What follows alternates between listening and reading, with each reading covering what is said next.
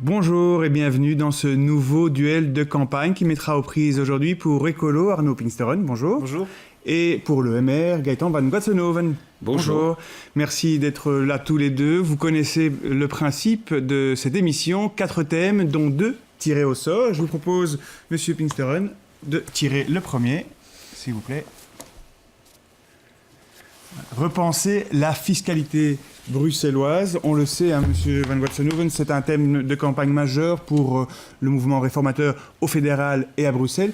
Il y a beaucoup de taxes qu'il faut supprimer en région bruxelloise ? En tout cas, il y a un certain nombre de choses qu'il faut revoir parce que pour nous, il faut redonner la capacité donc à la classe moyenne de vivre et de bien vivre à Bruxelles.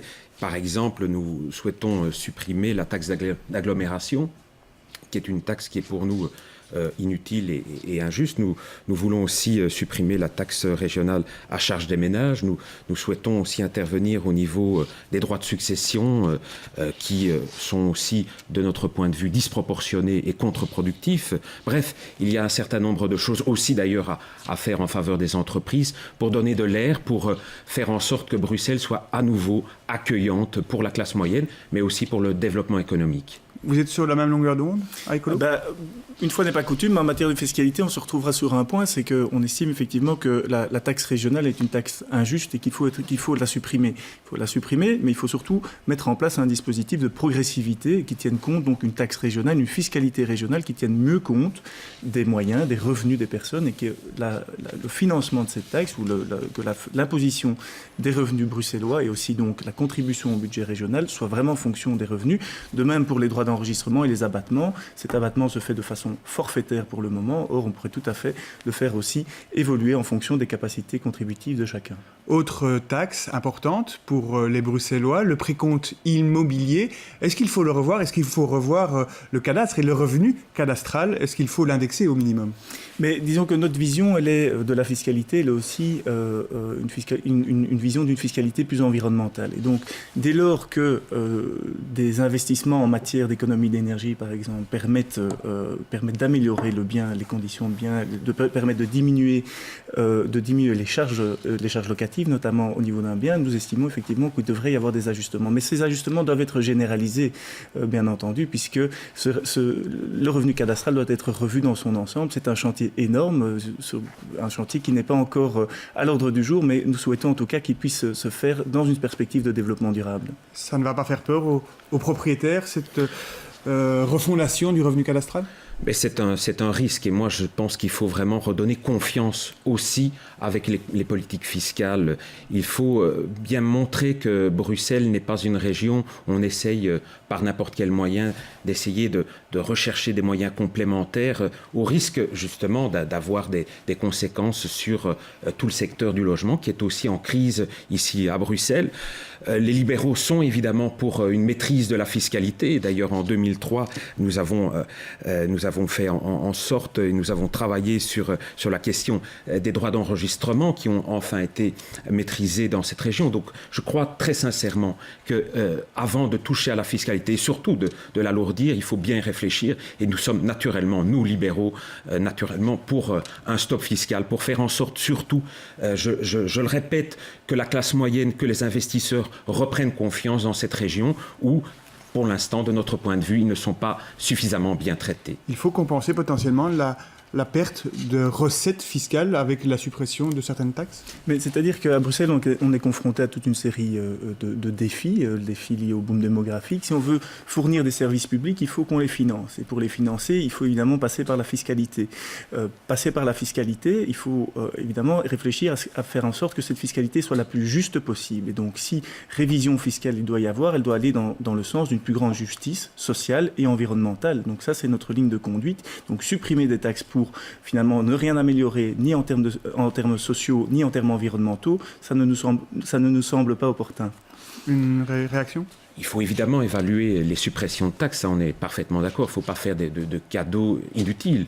Mais en l'occurrence, à l'heure actuelle, on voit bien que la taxation en Belgique d'une façon générale, mais à Bruxelles en particulier, est trop lourde. Et donc il faut faire de cette réforme fiscale un élément fort pour assurer une attractivité de Bruxelles. Encore une fois, la disparition à rythme fort, à rythme élevé de la classe moyenne, nous fait aussi perdre régulièrement des moyens parce que ce sont des ménages complémentaires, des ménages contributifs qui disparaissent de l'espace bruxellois. Et donc il est important qu'on apporte une réponse de ce point de vue-là. Ça passe par la fiscalité, ça passe aussi par d'autres thèmes.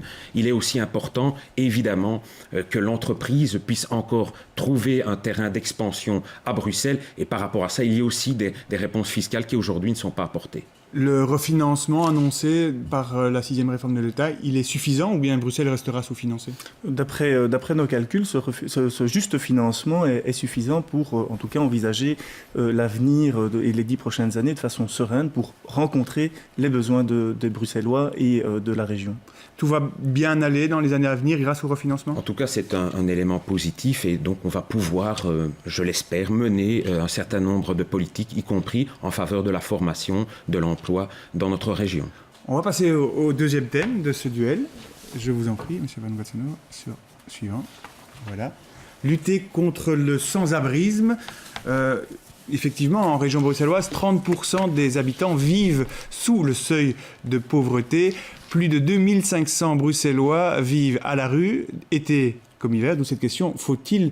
Van Watson, élargir le plan hiver à finalement toute l'année ? Est-ce qu'il ne faut pas élargir la possibilité d'accueillir les sans-abri en région bruxelloise ? Il faut déjà faire en sorte que le plan hiver fonctionne optimalement. Il y a eu quelques petits soucis d'ailleurs par rapport à un certain nombre de places, mais peu importe.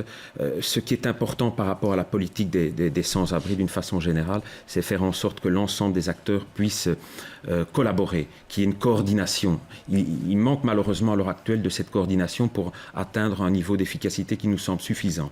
Il y a aussi un certain nombre de politiques à mener en termes de logement de transit. Il en manque terriblement à Bruxelles. Et donc, il y a moyen de faire mieux et commençons déjà à faire fonctionner ce qui est aujourd'hui sur la table avant de vouloir étendre à un accueil toute l'année qui nous semble être effectivement un petit peu audacieux. C'est pas finançable ?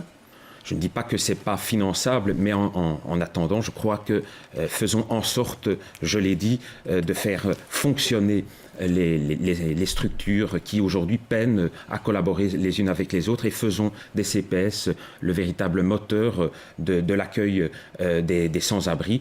Il y a évidemment, vous l'avez dit, un vrai problème de pauvreté. Il faut pouvoir accueillir les gens. Je crois que l'outil aussi du logement de transit est aujourd'hui encore un outil par trop peu utilisé. Sur le sans-abrisme, Écolo a une ambition, mettre fin au sans-abrisme. Comment on y arrive ? On a une ambition, nous, c'est de mettre fin à la pauvreté. Et donc, le sans-abrisme n'est qu'une conséquence de toute une série de politiques d'exclusion, notamment qui émanent du fédéral, exclusion du chômage, exclusion de la société, exclusion du monde du travail. Et finalement, le sans-abrisme est la conséquence de tout ce parcours qui conduit finalement les gens à perdre leurs revenus, perdre leur logement et se retrouver dans la rue, avec donc des conséquences évidemment, puisque la rue ne fait qu'accentuer des problèmes sociaux ou psychiatriques. Et donc, on doit éviter d'abord que les gens se retrouvent dans la rue. Et donc, nous, ça, c'est notre première priorité, c'est la lutte contre la pauvreté. La deuxième priorité est évidemment qu'il puisse y avoir une meilleure coordination entre les acteurs de terrain, puisque toute l'année, il y a des acteurs de terrain qui sont là, au plus près. On crée une structure unique ? En tout cas, un système de coordination, ça nous semble tout à fait opportun, oui. Pourquoi aujourd'hui, il n'y a pas assez de coordination entre les différentes ASBL et, par exemple, les différents CPS ou le SAMU social ? C'est ce qui ressort de notre analyse, oui. Il y a toute une série d'acteurs qui font un boulot formidable, mais qui pourraient vraiment travailler de façon encore plus efficace s'il y avait une bonne coordination, une bonne complémentarité entre eux. Oui. Une complémentarité ? Oui, on est d'accord sur ce point. Effectivement, il manque de coordination. Certaines associations dépendent de niveaux de pouvoir différents. Donc il y a là une recherche d'efficacité qu'on peut trouver et qui, à mon sens, sera une étape dans une réponse plus globale et plus efficiente par rapport à ce problème. Et on regroupe tout dans un CPS, le CPS de la ville de Bruxelles, par exemple ? Je pense qu'avant de formuler une réponse définitive à ce sujet-là, je crois qu'il faut déjà étudier l'opportunité de cette proposition. Je crois qu'elle est un tout petit peu audacieuse et peut-être pas non plus complètement adaptée. Je vais revenir vers vous pour le plan hiver. Est-ce qu'il faut le généraliser? Est-ce qu'il faut faire en sorte que, été comme hiver, les sans-abri puissent être logés en région bruxelloise? Oui, bien sûr. Donc est-ce qu'on a les moyens financiers? On se rend compte qu'on parle du sans-abrisme lorsqu'il gèle. Et donc on parle du plan hiver, on dit qu'il faut plus de place, etc. Mais il y a un travail qui se fait tout au long de l'année. Donc ce travail d'accompagnement vise aussi évidemment à retrouver du logement. Et donc là, des mesures peuvent être mises en place, doivent être mises en place. Mais comme je le disais, ce n'est pas la seule solution. Ici, on est vraiment dans du curatif. Il faut aussi travailler sur le problème en amont, c'est-à-dire la question de la pauvreté, éviter les pièges à la pauvreté, éviter les exclusions ou toutes les politiques qui sont menées et qui conduisent à l'exclusion. Parce qu'on le sait, depuis quelques années, quelques mois, le nombre de personnes qui émargent au CPS augmente. Cela a aussi un coût pour les communes. Vous êtes dans un collège à Anderlecht. Vous voyez concrètement l'impact sur les finances communales. Ce n'est pas d'hier que le coût du CPS alourdit les finances communales. Le basculement a eu lieu dans les années 2000 et donc les choses se sont accélérées par la suite. Et c'est vrai qu'aujourd'hui, c'est un des deux gros budgets avec le budget police.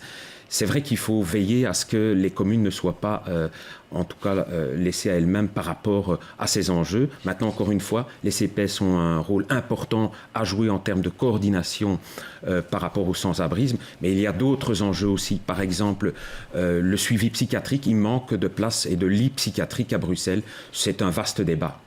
Les CPS, est-ce que leur budget est gérable à terme pour les communes? Mais pour le moment, on le gère vaille que vaille, et les communes font des efforts importants, aidés en cela par la région. Mais encore une fois, quelle est l'origine de ce problème? L'origine de ce problème, c'est la politique d'exclusion du chômage qui a été mise en place au niveau du fédéral, qui fait finalement peser le poids de l'absence de travail, le poids de l'absence d'emploi sur les communes, sur les collectivités locales. Et donc là, il y a vraiment un problème structurel. On prend des décisions à un niveau de pouvoir qui a des conséquences dramatiques sur les finances d'un autre niveau de pouvoir. Ça, c'est pas tout à fait ce qu'on appelle de la solidarité, et c'est encore moins une politique sensée qui tire les gens vers le haut. Avant de terminer ce duel, une question d'actualité. On l'a vu dans le journal télévisé. Monsieur Delperret qui traite la NVA de parti raciste. C'est un dérapage ou une réalité? Monsieur Van Watsonhoven, rapidement. Il y a sans doute des gens qui sont issus du Vlaams-Belang qui ont rejoint donc la NVA et dont les sentiments peuvent être remis en question. Mais ce qui me dérange dans toutes ces déclarations, c'est que finalement, j'ai l'impression que toute une série de responsables politiques, peut-être M. Delperret aussi, essayent de taper sur la NVA parce que ça fait vendre du papier et ça attire de l'audience. Et donc, mais d'un autre côté, ça donne aussi une publicité à la NVA, dont je ne pense pas, malheureusement, que tout ça soit très productif. En une minute, votre réaction? Je pense que la NVA, et tout le monde le sait, n'est pas vraiment un parti qui prône la tolérance, l'ouverture aux autres et aux autres communautés. On le voit dans la politique d'asile qu'ils défendent, notamment à Anvers, une politique. La politique du CPS d'Anvers est assez illustrative de ce qu'ils veulent faire et de leur projet de société. Et donc je pense que ces propos sont sans doute maladroits ou opportuns dans le cadre d'une fin de campagne électorale. Raciste ou pas, la NVA? Mais je pense que ce n'est pas un parti qui soit particulièrement tolérant et qui soit particulièrement ouvert sur les autres francophones ou autres communautés. Est-ce que c'est une faute de la part de M. Delperret de s'exprimer ainsi? Mais je pense ce qu'on constate ces 2 dernières semaines, c'est que chaque parti essaye de se positionner par rapport à la NVA en mettant des excusés, en disant « moi je ne monterai pas avec ». C'est d'abord l'électeur qui va décider de la carte politique et des forces politiques qui devront négocier après les élections de dimanche. Et donc mettre des exclusives, c'est évidemment quelque chose d'un petit peu prématuré, je pense. Je vous remercie d'avoir participé tous les deux à ce duel. Merci à vous de nous avoir suivis. Vous avez rendez-vous ce soir à 19h30 avec une émission spéciale organisée par Télé Bruxelles et le journal Le Soir. Elle mettra aux prises un grand débat avec l'ensemble des têtes de liste francophones à la Chambre. C'est un débat en direct et en public à Beaux-Arts. Merci de nous être fidèles. On se donne rendez-vous demain pour un autre duel. À bientôt. Au revoir.